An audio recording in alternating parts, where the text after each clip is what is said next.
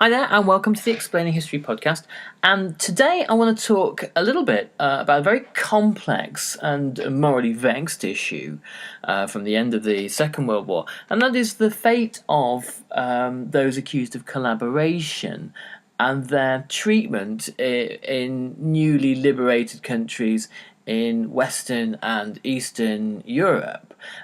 It's complex because collaboration could mean all sorts of things. It could mean people that were simply helpful to occupying forces, such as the Nazis who occupied France or the Netherlands, or Italian forces in Greece or the Balkans. Or it could mean people that were complicit in their crimes, such as the Vichy regime and other collaborators, the Quisling regime in Norway, for example. And obviously, there's a gulf of difference between the two, and one of the most scapegoated categories of collaborator were it turns out, hundreds of thousands of women who had relationships with German soldiers in occupied countries across Europe. Reading Keith Lowe's Savage Continent, the research tends to suggest that the numbers of women who had relationships with the soldiers of the Wehrmacht was exceedingly high, something like 10% in Norway. The explanation that he puts forward, and I think this probably is the case, but I don't know how you can ever quantify it, is that the Germans were actually quite attractive. They had and were more attractive than the vanquished menfolk of the French, Belgian, Dutch, Norwegian armies, and so on and so forth. And this lined up various women who'd had relationships with German soldiers with terrible retribution when the war ended. France stands out particularly for this, women being publicly humiliated, having their hairs shaved in market squares, being violently assaulted, a huge spike in sexual violence against women happens in this period of time as well. And if you think even for a moment about the functioning of the male psyche in these instances, the answer becomes abundantly clear. Men who had been conquered by the Nazis felt profoundly emasculated, and then there was a second emasculation again, losing the women from your community to the conqueror. Was a blow to pride, a blow to the ego, a blow to self-worth that could never be undone in full. I've spoken in talking about Vietnam and the French recolonization of Vietnam, that seems to have had an awful lot to do with national pride of the French reeling in Vietnam, particularly reeling from the blows of the mother country being invaded by the Germans and them being conquered during the Second World War in French Asia by the Japanese. So anyway, I digress. The way in which Allied occupiers dealt with collaborators and dealt with justice towards collaborators is hugely ambiguous. British and American administrators seem to have turned a blind eye, given all the other challenges they had to deal with. It was an unnecessary hassle to try to intervene in internecine French or Belgian or Dutch or Italian politics. Also, they had an absence of sympathy for those accused of collaboration, and thought that perhaps the best thing to do is to allow local communities to sort it out their own way.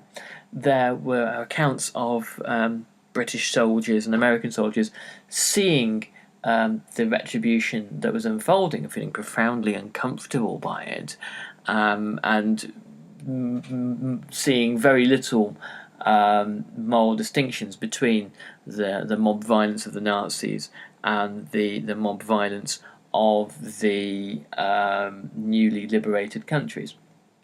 In France, there is a race to prove that France has had some significant role in its own liberation, as the German occupying forces realise that the only option is to retreat to Germany's borders and defend the Reich, and France is liberated. Very quickly, there is a new wave of young men joining the resistance. Old resistance fighters who had survived the entire war undercover, were wise enough to maintain a low profile and didn't spend days on end whizzing around in commandeered cars with Sten guns trying to find collaborators. And the women of the resistance, who were skilled radio operators, bomb makers, marksmen, all the rest of it, were shoved out of the resistance in its entirety, and including the communist resistance, as they were told, essentially, the men have returned now, don't worry, the situation is under control. Now, given the sheer size of the Nazi occupation, from the Pyrenees at one point all the way to the Volga River, and from Norway to the Peloponnese Islands, it's inconceivable that even with over 10 million soldiers in uniform, that the Nazis could have run all this without an auxiliary army of collaborators. The active collaborators, well, no studies ever really been done, but you're probably talking within the hundreds of thousands. And the kind of level of societal, social collaboration, where people simply didn't actively resist because it's just not possible to do so, or accommodated the occupying forces, or did their best to get along with them, or that kind of thing, then you're talking about an even bigger number of people across Europe. And collaboration, active collaboration, is synonymous mainly with Western Europe. And if you think about it, the conditions in Western Europe are really quite different. In Western Europe, governments are largely intact as a result of the Nazi invasion, whereas in Eastern Europe, in Poland, the Baltic states, Ukraine, Belarus, places like that, governments are destroyed and the state is destroyed. The idea that people are collaborating with the regime in Western Europe suggests that they're doing it on a slight, not an equal basis, but a slightly less unequal basis. Whereas in Poland, collaboration or any non-compliance resulted in incarceration in a concentration camp or a swift death. So it's a different story altogether. And it implies that in Western Europe, collaboration was largely based on consent. Collaborators, it goes without saying then, were deeply hated in their societies that they lived in. And the post-war popular press that developed, rehabilitated itself very quickly in Western European countries, speaks about them in almost like fascistic terms, as being people need to be removed or cleansed from society, vermin, mad dogs, or inferior elements. And some British officers said that there was almost a kind of like a religious fervour surrounding the persecution of the collaborator. And once again, if you think about it in emotional terms, this makes sense, that the collaborator who could be identified and accused of their crimes was a way of transferring guilt, transferring shame, transferring trauma from the community at large, all of who could be said to have collaborated or consented or acquiesced in different ways. And the creation of a scapegoat in a kind of a typical witch hunt manner helped to kind of exercise, or it was an attempt to exercise, some of these collective demons. The breadth of social distinctions that were included within the category of collaborator was huge. There were wealthy industrialists and financiers who across Europe who had collaborated, policemen, and in France the gendarmes who had enforced the Nazi laws as they had been instructed to by by the Vichy government. And the entrepreneurs who made money from Nazi contracts, cafe owners and bar owners who served the occupying forces drinks, the journalists and broadcasters and filmmakers across Europe who disseminated Nazi propaganda, and entertainers, the French and other occupied entertainers who entertained the troops. This meant the scope for revenge and reprisal across Europe was immense, and there was nowhere quite like Italy for the scale of violence. Italy had been one of the European countries, such as Greece and to some extent France, that descends into civil war at the end of the Second World War. Italy is, courtesy of Mussolini and his jailbreak, helped by Hitler's commandos, divided into two states following the Allied invasion. And from April 1945 onwards, a period of time in Italian called the Operazione began, and it was what Keith Lowe refers to as a frenzy of revenge beginning, with attacks on anything associated with fascism. And bear in mind, fascism had a pedigree in Italy going back to 1922. So that probably meant that you were talking about a large section of the population. In the last 2 years of the war, fascist violence in northern Italy and fascist terror in northern Italy had been at its height.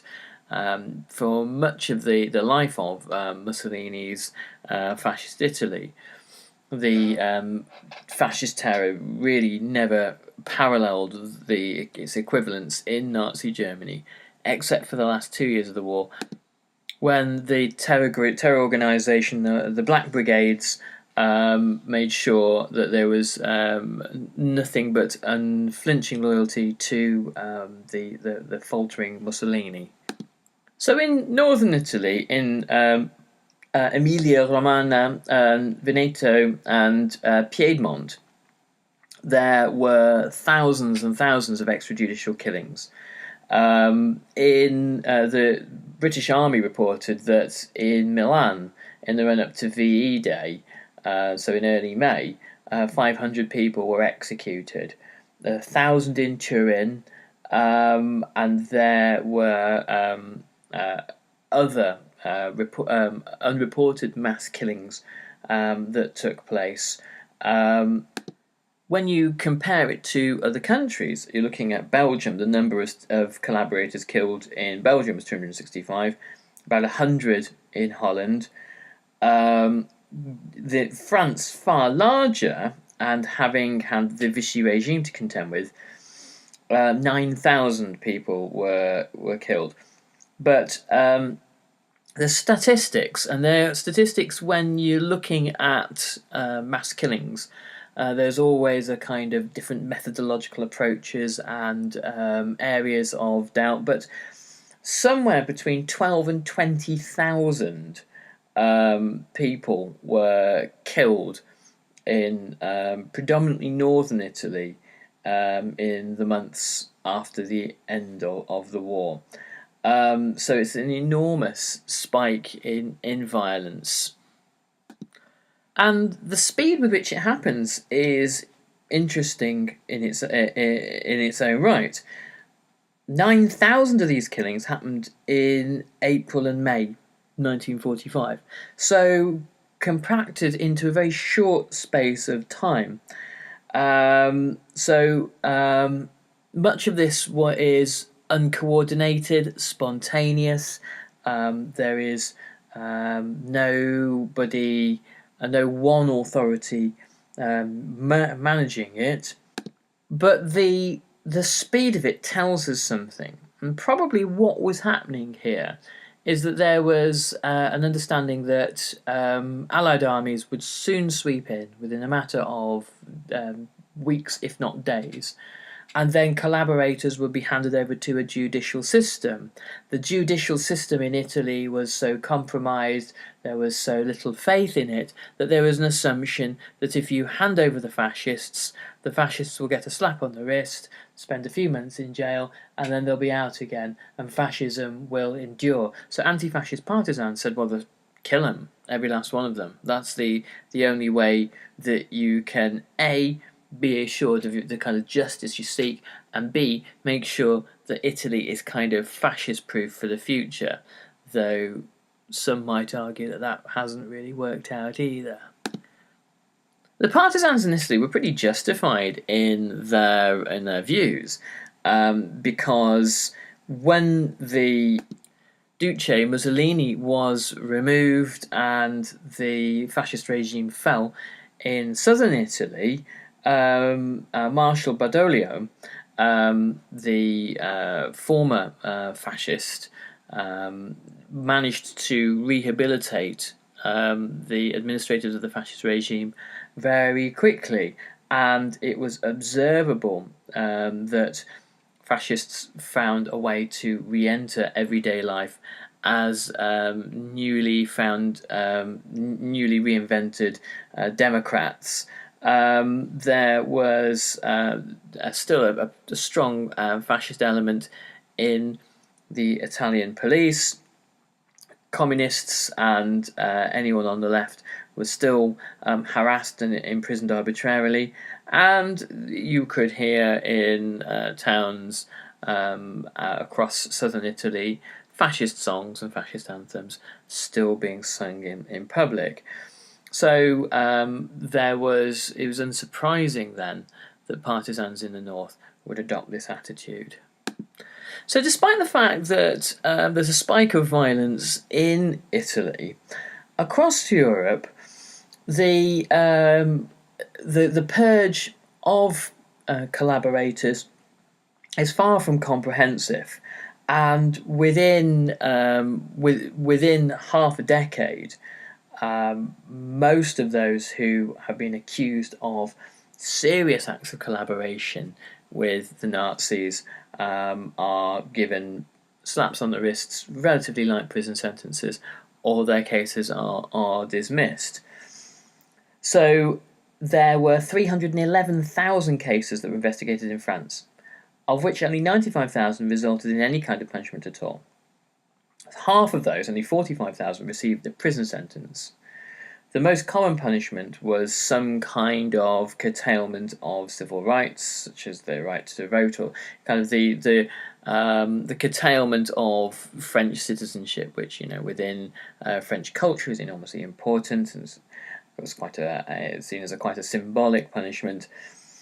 And there was in 1947 an amnesty, and the majority of the people who'd been imprisoned in the first place, who were probably of the more serious category of offenders, were set free. And then in 1951 there's another amnesty, and the only people remaining in prison were 1,500 of the most serious war criminals. And the civil service purge that happened at the end of the war, the 11,000 civil servants who were fired from their jobs were given their jobs back over the course of the next 6 years or so. Why does this happen? Well, in part because societies need people who can do things in order to function. They need civil servants, they need army officers, they need policemen, that kind of thing, and they can't be too picky about these people's moral or ideological past. Secondly, the real crimes that France collaborated in, Vichy France, not the Free French, collaborated in during the war, were things such as the Holocaust, and specifically the Holocaust, but that not alone.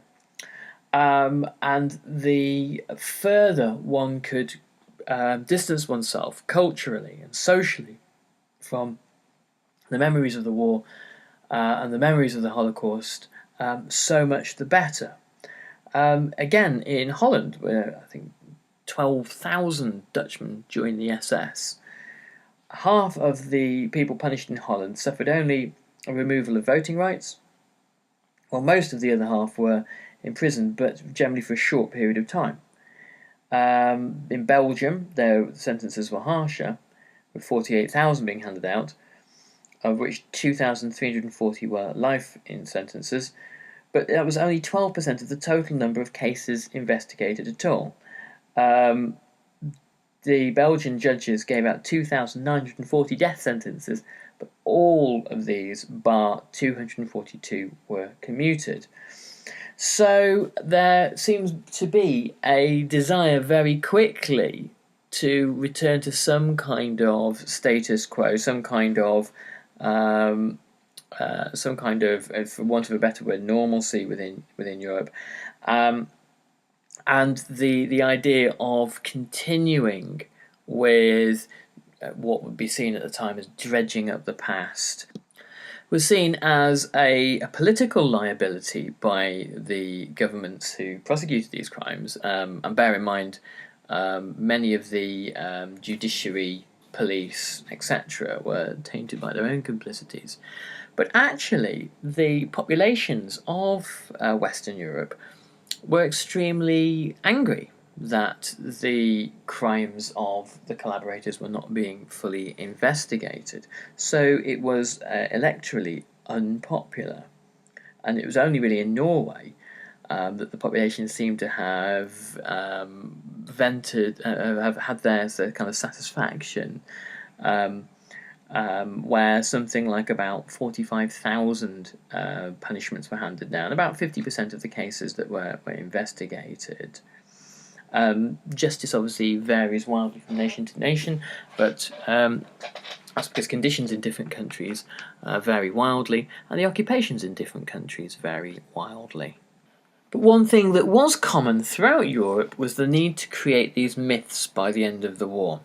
The idea that most of France had been united in opposition to the occupiers, or Italy or the Netherlands or wherever, whereas the reality was that active and passive collaboration were widespread, and simple day-to-day accommodation with the occupiers were widespread. Once you could single out collaborators and point the finger at them, it actually had part in the creation of a new sense of national post-war cohesion, particularly as people rapidly sought to distance themselves from the Nazis' crimes. And we must always remember that the Holocaust isn't simply a German crime, it is a European crime. And this was perhaps not even uppermost in the motivations of people, but certainly it can't be discounted as something that was important.